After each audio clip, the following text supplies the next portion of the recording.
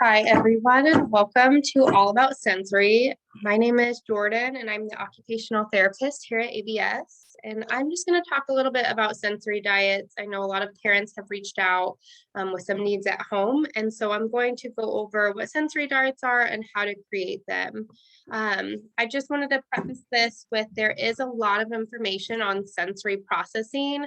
So this presentation is going to be a very basic presentation of what sensory processing is, what sensory diets are, and what you can do to help at home. Again, each sensory diet should be really specific to your child, and so a different child can register different input in different ways. So, take this information and then really make it specific to your child and do what works for them. So at the end of this presentation, I hope you guys have a better understanding of what sensory processing is, maybe what the 8 sensory systems are, what sensory diets are, and then what you can do to carry it over at home. What is an occupational therapist role? So an occupational therapist has knowledge and training on the anatomy, development, sensory systems, and the neurological processes that interact with all the sensory systems and how we complete our day. It helps us to assess and continue to evaluate and incorporate the best input for our students, whether that's adaptations to their environment or whether that's interventions to change the way a child registers input. Sensory isn't always black and white, unfortunately. There's a lot of gray areas, and sensory can change day to day. What works one day may not work another day. What your child liked one time, your child might not like another time. And in times of high stress, something that had worked in the past might not work. So it definitely fluctuates. And I know that's what sometimes can be super frustrating about trying to figure out what's going on with your child and how you can best help them. So what is sensory processing? So to put it simple, every minute of every day, we are interacting with our world around us, receiving sensory input, and then choosing actions to interact with that. So a child with difficulties with sensory processing could have issues in one area or could have issues in multiple areas. So we have our nose, our mouth, our eyes, our skin. There's lots of different ways that we take in sensory input, and I'm going to go over those in a little bit, and then we'll go over different ways that we can add or take away input to help your children. So let's briefly just go over what type of sensory child your child might be. This is just one way to kind of categorize sensory. There are multiple different ways to look at sensory processing and categorize them. This is one I just think is sometimes easy to see. I see that 2 of my things didn't pull through, but we'll go over here to Tigger. So Tigger, I think of as that sensory seeking child. So that sensory seeking child, think of a cup. That child's cup has to be overflowing for that child to register that input. So a lot of times that cup never gets quite full. Their body never quite gets the input they need. So they are constantly on the go. These are the kids that you're going to see that want to taste, want to touch, want to feel, want to crash, want to bang, want to be in everything. Now down here, what we would have is rabbit. Those are our sensory avoiding kids. So those sensory avoiding kids are kids that their cup is very, very small, and it only takes a little bit of input for it to overflow. And once they overflow, they shut down. So those are your kids that are going to be screaming and are absolutely terrified of interacting with certain things. They might just absolutely shut down if they're overwhelmed with the type of input that they're having. They might seem anxious all the time because they're just so nervous about any type of input that might be coming to them. Up in the top, we have Eeyore. So these are our low registration kids. And I'm sorry, my thing didn't pull through correctly. So these low registration kids, again, need a lot of input to register what's happening. So these kids might be very unaware of what's happening in their environment. They might bump into a wall and not realize it. They might have a bruise or hit someone really, really hard and not realize that they hit that person really hard because they are not registering what's happening to their body. And that last one down in the corner, that's our sensory sensitive kid. So they might not be as avoidant as our sensory avoiders, but they are very sensory sensitive. So a little bit of input goes a long way. They might be nervous to touch different textures. They might be nervous to try different things, but maybe once they try it, they like it. They just might need it at a big level. Your sensory seekers might be swinging and doing huge back and forth swings, and your sensory sensitive kids might just be moving back and forth a little bit. And the thing about this is kids can be all of these in one day. They can be one thing for a certain type of input. They can be one type of thing for one day and another for another day. And so these things change, and that's okay. And it's doing a sensory diet can help us start to track and understand certain activities and certain times of the day that our child might be changing in between these different personalities. So let's go over the sensory systems real quickly. So the first one is visual. That's pretty straightforward. Visual is anything that helps us see. I did put some sensory flags. And again, these flags are not anything bad. These are just things that you might notice if a child has some visual sensory needs. They might look at shiny, bright objects. They might like to look up at the lights and spin their head. They might also have difficulties attending to a crazy background. So if there's a lot going on and it's a very busy environment, they might have a hard time picking things out.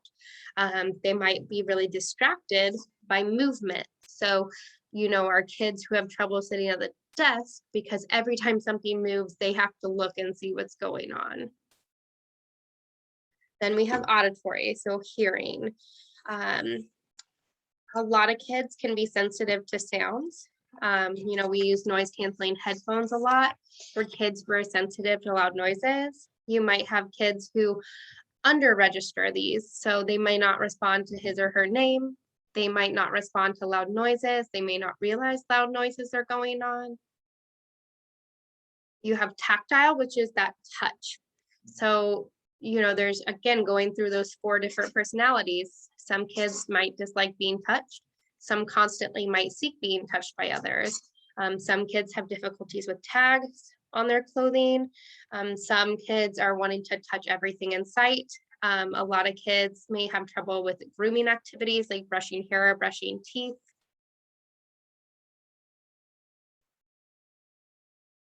The important thing to remember, again, is that different kids process different information correctly. I used to work with a child who really did not like tickles. It felt painful to her. So tickles felt like pain, versus another child who might love being reinforced by tickles. So just knowing what your child needs and how your child registers input is good to know. The next one is olfactory, and that's going to be smell. So again, picky eaters, the smell you might not think comes into play, but myself, if something doesn't smell good, I'm not going to eat it. Kids might be really upset with different small, strong scents. They might be gagging or vomiting with strong scents. So just be aware that different scents, even though you might not notice them, your children might notice them. So I've had children who have not wanted to work with certain other therapists because they wore really strong perfume. So just be aware of not only yourself, but others, and especially things going on in your house. If there's a certain candle that your child might not like the smell of. Gustatory, that is the taste. So, we have kids who might constantly be chewing and putting items in their mouth. And then we have kids who don't want to put anything in their mouth, or might only like certain temperatures, might only like certain textures. We have those kids that might gag when they're introduced to a new taste or texture. Vestibular, So that is that input that our body registers kind of where we are in space. Some kids may avoid that movement because they feel off balance. They might only want to be in a certain position. So some children may only want to swing if they're laying on their stomach. Some kids might not like being tilted and moved out of space. They only want to be upright. Some kids may seek a lot of spinning movement. I know that's a very common one, or rocking.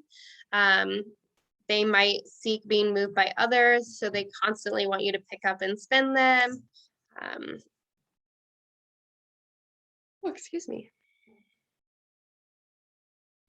And the last one I think we're going to talk about is proprioception. So proprioception is the body awareness of where our body is in space in relation to other objects. And it's that our joints and muscles registering what we're touching.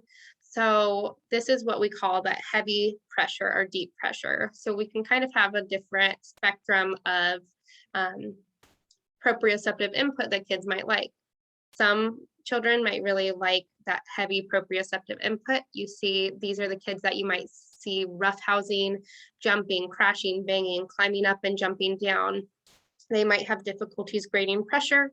They're hitting too hard. They're doing a lot of high-risk play.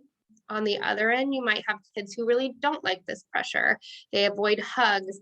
They avoid jumping on a trampoline. They like staying still, versus other kids that you might see constantly on the move. So next, let's go over what a sensory diet is. And if you have questions as we go on, please contact your supervisor, write them down. You can contact me and your child's supervisor in an email, and I will do my best to answer all your questions. So let's go through what a sensory diet is. Again, I really want to comment that those red flags we talked about earlier are not bad things. They are just things to be aware of, because the more that we can help our child self-regulate, the more that we can better help them function in their environment. Your child's sensory needs are not a deficit. It's a part of them, and we need to know what is a part of them so that we can better help them. So a sensory diet is a carefully designed personal schedule of sensory activities. Similar to a food diet, where we give the nutrition that we need to our body, we are going to come up with a sensory diet to give our bodies what they need. It should be customized individually to their child. Each child is going to have a unique set of sensory needs. And usually it involves creating a routine or plan, choosing sensory strategies, and choosing the physical activities that might need to be addressed, and then using those throughout the day to help our children regulate themselves. The goal for your child is to be focused and alert throughout the day, and not to become anxious or overwhelmed when faced with situations that are stressful or situations that are overwhelming. And that is our main goal of a sensory diet. So how can you help at home? That's where we want to go to step one. And this is where you are most important, because we see them at school, but you're seeing them at home. And at home and at school, they may have different behaviors. So what we want you to do is analyze. We want you to figure out what's going on and document any of those behaviors. They could be emotional overreactions. They could be a non-desired, unexpected behavior. They could be hyperactive behavior. These sensory behaviors should be identified and charted. It's also really important to write them down so that we can figure out, whether it's sensory or whether it's behavior. A lot of times they're intertwined. So being able to address one need helps us address the other. So here's an example of someone tracking a sensory meltdown. So it says at 3:30, Johnny had a meltdown over his snack. What did he do? He was crying, screaming, running, hitting the door. And where did it happen? It happened at home. He had just got home from school. So it has all the important parts. It has how he behaved, where he was, and what had happened. He had just got home from school. What we're going to do next is strategize. So we're going to try to think, okay, now that we've collected all of this information, what are some possible causes? Was it unexpected sensory input? Was there a loud noise that was unexpected? Was it a sensory seeking input? We have been sitting at our desk for an hour and we then rode a bus and now we're home and we had an explosion of sensory needs. Was it an unexpected change? Was something that wasn't on our schedule or something that wasn't supposed to happen? That can cause a lot of anxiety and a lot of difficulty with our kids that like to know what's going on and know what's going to happen next and like to have routine. Was it specifically certain transitions from room, certain transitions from places, certain transitions to people? It's important to document all of this. Was a child upset because they were told no, or told they have to wait, or was the task too hard, or was the task a non-preferred task?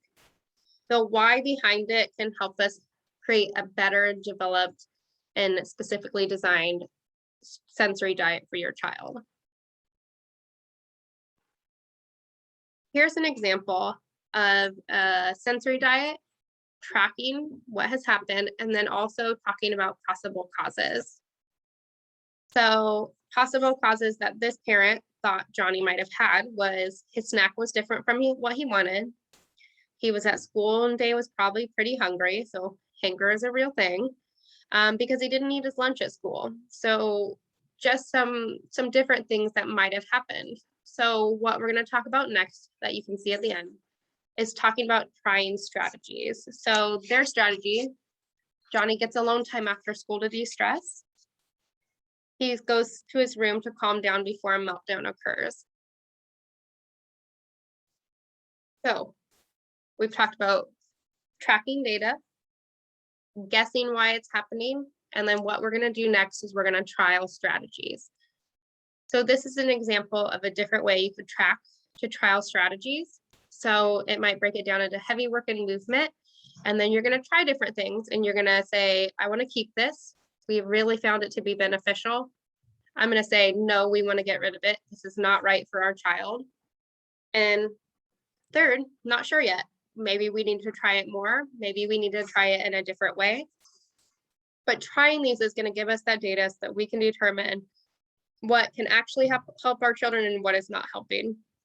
Some things that you think might help might hurt your child, might make it worse, or they might not like it. And something you might never expect might be the best solution. For example, I had a child that really liked to vacuum. And that was something that when they got upset, they got to vacuum. Never in my wildest dreams would I thought to choose vacuuming as a strategy, but it was something that they found out just through observation that really calmed her down at home. So it's something we started incorporating at school. So let's talk about different strategies that you can try for each type of input. I will provide a list that can be handed, that will be emailed out for different types of input that you can try for different ideas. So if you are wanting to try stuff at home, you can kind of go through the list and try a few different things and see if your child likes it, see if it helps. So we'll just go over a quick list. Again, not super specific, just a general different things you can try when thinking of different strategies. So proprioception, again, is going to be that heavy work to our muscles and joints. So pushing, pulling, carrying heavy objects, doing wall push-ups or chair push-ups, climbing around on playground equipment, monkey bars, doing animal walks, so bear crawls, wheelbarrow walking, putting weight through your palms on the ground, using a weighted blanket, weighted vest, compression vest, rolling your child up in a blanket and giving them a big hug, using a crash pad, playing with Theraputty or Play-Doh. Vestibular, again, is going to be that inner ear registration of our body movement in space. So scooter boards, swings, slides, spin boards, just rolling on the floor, rolling in grass, bouncing on a ball, hanging upside down. A lot of people forget about how important it is to change positions of your head. So hanging upside down off the couch, or even just, doing monkey on our parents and then kind of getting swung around. It's an easy way to incorporate that.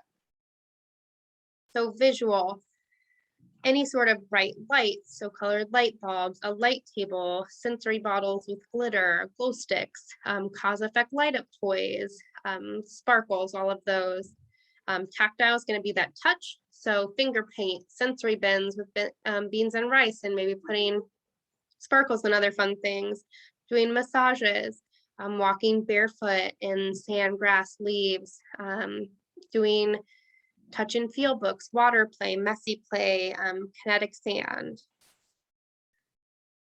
So oral is going to be that mouthing. So exploring different taste, textures, temperatures. So I know a lot of people always think about texture, especially for oral, but not a lot of people ever think about taste and temperature. So really cold food like ice or other frozen things can be really alerting to the mouth. So if your child is really seeking a lot of input, cold might be something to explore. Or tastes, again, sour or peppermint flavors like that are very alerting to the child. So if your child is seeking a lot of that input, using, lemon drops or lemon juice or things with really intense flavors might be something to try. Chewing gum, crunchy foods, using things that are like vibrate, like a vibrating toothbrush, freeze-dried foods. I see that it says tried. Freeze-dried foods, things that are a little bit harder, like beef jerky, for them to have to really chew on. So auditory, again, is going to be that sound. So listening to music, 60 beats per minute is something that's shown to be a good rhythm. Using noise canceling headphones, a rain stick, different listening programs that are out there if you want more information on those. And then smell, so using scented markers, essential oils, scented bubbles, scratch and sniffs, or maybe the opposite, removing scents so that there are no smells. So we've trialed different things. Now we're going to monitor. And this is, again, where it comes into such a big play is, are they effective?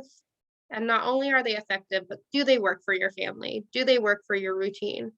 Because we can make a lot of recommendations, but if they aren't able to be carried over, if they're not going to be able to be successful in your home environment, then they're not going to be beneficial. Because the biggest part of a sensory diet is carryover and consistency. And so we want to make sure that not only they're effective, but they work for your family.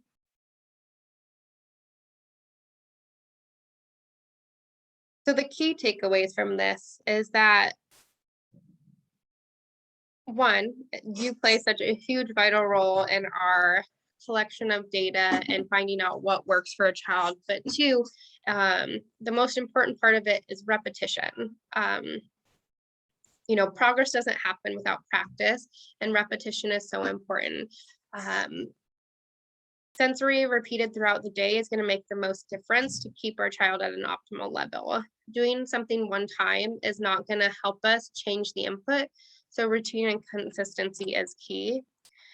Two is just also being aware of the power of input. Vestibular input, so swinging, can have effects that last 6 to 8 hours after you're done swinging. So be very aware of that. Maybe not letting your child sit on a swing for 15 minutes, just spinning around, because that can carry over for 6 to 8 hours after they've stopped swinging. And then what order of input you want to do. So it is recommended that you do alerting input, then organizing input, and then calming input. So here's an example, sorry it's a little blurry, of what a sensory diet might look like for a child. So 7 a.m., wake up, the routines and sensory diets that are completed to address proprioceptive and vestibular input. You jump on the bed, crawls down to retrieve a laundry basket. He pushes that laundry basket down the hallway and then pulls self back up onto the bed and do it 5 times. And you can see that he has a schedule done every 2 to 3 hours.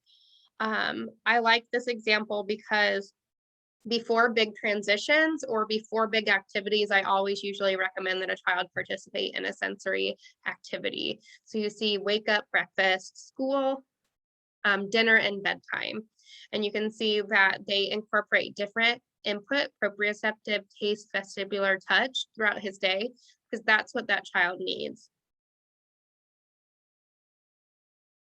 So let's talk about how you can carry it over at home. Create consistent daily schedules and routines. I know that is not always the easiest, and it's definitely easier said than done, but schedules and routines are so vital in a child's development and understanding of their expectations, and it also helps to regulate their body. Especially a sleep schedule, it plays such a huge role in making sure that our child's ready for their next day, that if we can create routines and schedules to help our child stay on track, it's very helpful. Make sure you're carrying over behavior strategies at home. Again, is it sensory, is it behavior? They often blend together, but when we're able to carry over some of those behavior strategies that are provided by the supervisors, it's a lot easier to kind of tether out maybe what's going on and get to the root of the problem. And secondly, provide the just right challenge. I think one of the trickiest things with sensory processing is, when a child might be overreacting or underreacting, we really just want our child to react, or we want our child to follow directions. And that's not always the case, especially for a child that might be having a meltdown or is really stressful. That child's not processing what you're saying, that child's not processing what you're doing. So find that just right challenge and get them to a comfort zone to engage in the activities that they need to engage in, and then try to talk to them about what happened. Sometimes if too hard of task demands are put on, our child might seek some of those sensory strategies to be able to self-regulate, though that's them trying to communicate with us that something is too hard or maybe something is too easy. So trying to find that just right challenge. And then again, the biggest thing, track and observe. That's where you come into play. Over time, your child might change. And so these are just some good things to track and observe. So times of the day that are especially challenging. So response to transitions, different routines or activities that your child might over or underreact to. What are preferred activities versus non-preferred activities? What are some of the challenging behaviors you see during those self-care tasks? What are times you see that your child might be especially active or inactive? And lastly, don't overcomplicate it. I know that sensory diet sounds overwhelming, and all the information we went over is a lot of information to take in as well. And a lot of us want to do a lot. We want to have every hour having our child do something, but it doesn't have to be that complicated. It can be very simple. And I listed a few examples here as well. A toddler can't seem to fall asleep at night. So every night before bedtime, a child is snuggled in the rocking chair and given a massage with lavender scented oil, and then he has a slow changing nightlight. That's a sensory diet. That child was having trouble at nighttime falling asleep, and they provided the input that they needed and saw an improvement. Another example, a boy is really nervous going to daycare every day, so he carries a stress ball in his pocket, and he has crunchy foods in his lunch to help him stay calm. Super simple, just knowing what time, what areas, what things might be stressing our child out, and giving them the supplies and the adaptations that they need to be able to function in that environment. We don't want it to completely disappear. It might not disappear. All we're trying to do is find ways to help our child cope in that environment to be able to attend and complete the tasks that they need to be able to complete. I said lastly, but this is lastly. Lastly, give it time. I know sometimes it can be stressful and we want to see progress happening fast, but it takes time. It takes time to build those self-regulation skills. It also takes time for the brain to switch from that fight or flight mode into a processing mode. We need to be able to give them time to register that input, process through it, and make an action instead of staying in that fight or flight mode. So again, if you guys have any questions, please email your child's supervisor. I will be here to answer questions. I provided handouts that should be sent out in an email of different examples of sensory diets, a few different worksheets that you can track different types of input or different areas that your child is struggling in, and then different ideas of different input to try. I wanted to provide a couple of resources of different books out there that might be good to look into if you're familiar or unfamiliar with sensory processing. Raising a Sensory Smart Child, The Out of Sync Child, Sensational Kids. Those are very good ones. The Sensory Lifestyle Handbook, Parenting a Child with Sensory Processing Disorder, Sensory Processing 101. And lastly, The Explosive Child. That's one of my favorite books that I've read. So take a look into some of those if you're interested. I attached some of my references at the end as well. And thank you for listening.